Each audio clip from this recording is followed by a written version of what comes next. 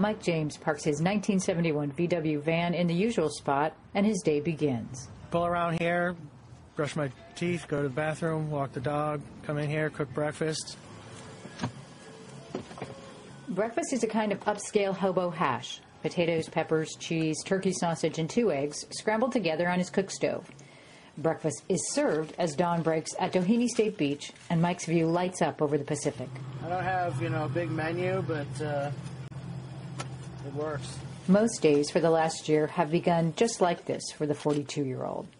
Mike's home is this van, and he shares it with his boxer, Dewey. They moved in here when Mike lost his San Clemente house. That fell to foreclosure as he was trying to rescue his massage and spa business in Monarch Beach, which ultimately failed. I joke around with my friends back east because they all think I'm crazy for doing this long, And my one buddy, and just still Hobo, and I'm like, it's Hobro. The Hobro's not alone.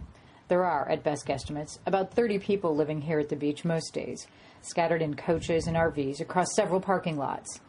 Some have been here a few months, others for more than a year. They have lost jobs, homes, a socially acceptable lifestyle. They call each other full-timers. Yeah, I don't know everyone, but we all, if we don't speak, if we're just passing each other by, we always wave, and, we're all in the same spot, we're all in the same pinch, so, they're neighbors at this point. Hey, Dewey. Knock, knock. Oh. Hi. Jill Lendway is Mike's next-door neighbor and could be considered the mayor of this camp community. Everyone calls the 54-year-old grandmother Mama Joe. She's been here 5 years and watched the population grow in the last couple years. So, yeah, but we all do watch out for one another. So will you guys all be spending Christmas on the beach? Yeah. Maybe so, huh? You weren't here last year, were you? No, yeah, that's what we do right down here on the beach. Right on. It's easy to blend in at the beach, Mike says. He's right. It's hard to spot the new homeless because they look like anyone else, hanging out at the beach or going to the grocery store. Craig Hunter is retired and lives on what money he makes selling his artwork to the summer tourists. He calls the crew the Doheny Dailies. Steve Allen calls it the wagon train. He's been here in his rig for 3 months, since he was foreclosed out of his Dana Point condo. Jennifer Pierce and her husband Andrew started hanging out here when their electrical contracting business went belly up.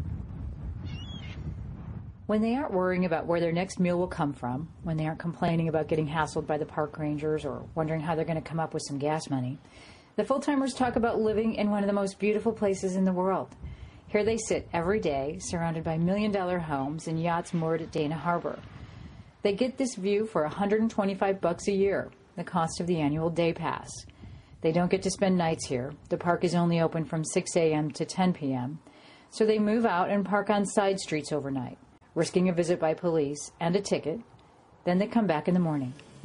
Mike's loss of his business and home is, as he calls it, his exit wound. He knows he has to clean up his tax mess, but he's just not ready yet. He's supporting himself doing a couple massages a week. That pays for his gas, supplies, dog food for Dewey.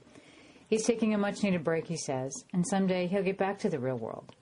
In the meantime, he and his neighbors are doing just fine, thank you, living off the grid during the Great Recession.